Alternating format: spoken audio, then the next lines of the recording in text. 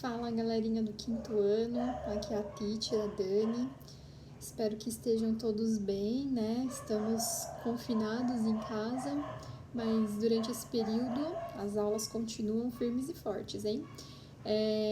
Pessoal, quero aproveitar que vocês estão neste período e quero que vocês revisem o material de inglês, porque o material do quinto ano é um material bem puxado, porque está sendo renovado esse material, então já é um material para ensino bilíngue, então a gente vai ver matérias de história, de ciências em inglês. Então a estrutura básica tem que estar na ponta da língua, já deveria estar na ponta da língua, mas eu sei que isso ainda não está acontecendo, então eu quero ajudá-los da melhor maneira possível, tá bom?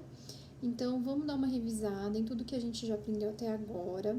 Vou passar uns exercícios para vocês fazerem, para vocês ficarem feras, craques na estrutura da língua. Na estrutura da língua. Claro que não é só gramática, né? Toda língua, inglês, espanhol, a gente precisa da estrutura, da gramática, para não falar aquele inglês tupiniquim. A gente precisa de vocabulário para poder se expressar bem, expressões. Então, são uma série de coisas, mas é claro que o vocabulário tem uma grande importância para a gente se comunicar e não falar que nem índio, né? Então, vamos lá para revisão. Na primeira aula, a gente viu lá as WH questions. Como o nome já diz, questões para fazer perguntas que começam com WH. Então, lembra de um detetive, ele quer saber quando, por quê, onde, como. Então, a gente tem lá who, what, where, when, why, how, né? Então, são palavrinhas para fazer perguntas. Então, revisem isso. Temos os pronomes pessoais, né, que a gente já viu também, eu, você, ela, ele. Então, she, he, it é coisa, né, para as coisas, lembram? Depois a gente viu o verbo to be, né, que é o verbo ser, estar. Lembra que ele é um verbo especial. Quando a gente vê o verbo to be, a gente para tudo que está fazendo para prestar atenção, que é o verbo to be, né? Então, eu sou, eu estou, I am, eu sou a Dani, I am Dani, eu estou feliz, I am happy. Lembrando que em inglês, quando a gente faz pergunta, troca de posição, ou seja, o pronome vai para... Calma, me confundi. O auxiliar vai para frente do pronome pessoal. Então, por exemplo, se eu falo I am happy, ordem normal, I, pronome, am, verbo, ordem normal, pronome e verbo. Quando eu faço a pergunta, eu inverto. Então, eu estou aqui numa crise de existência, eu estou feliz. Am I happy? Então, eu troco de posição. E isso é o verbo to be, tá bom? Mas perguntas em geral em inglês a gente troca de posição. Ok, verbo to be tá aqui, afirmativa, negativa, pergunta, dá uma revisada. Verbo existir. Pedi para vocês pesquisarem, mas poucos me responderam. Mas ele está aqui, ele existe. There to be. Então, a gente tem o there to be, que é a forma base dele, é o there to be. Existe, tem. Quando eu quero falar no singular, por exemplo, existe um mouse. Então, existe um mouse aqui.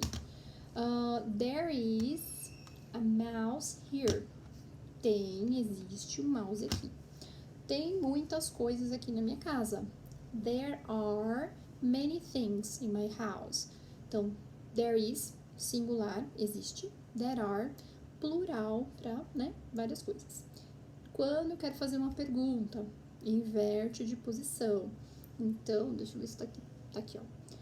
Is there, existe alguma coisa aí na sua casa que é na cor azul? Is there something in your house that is blue? Então, is there, troca de posição. Quero falar no plural. Tem muitas coisas na sua casa? Tem muitas coisas na sua casa? Are there many things in your house? Então, inverto de posição, tá? Isso para falar o ter, mas no sentido de existir, tá? Existe uma casa muito bonita. There is a house that's so beautiful. Tá bom? Próximo. Ah, vocês vão lembrar dessa musiquinha, né? Do you like broccoli? Yes, I do. Lembra dessa música? Lembra sim, né? Então, esse aqui é o presente simples. Ai, ficou meio bagunçadinho aqui.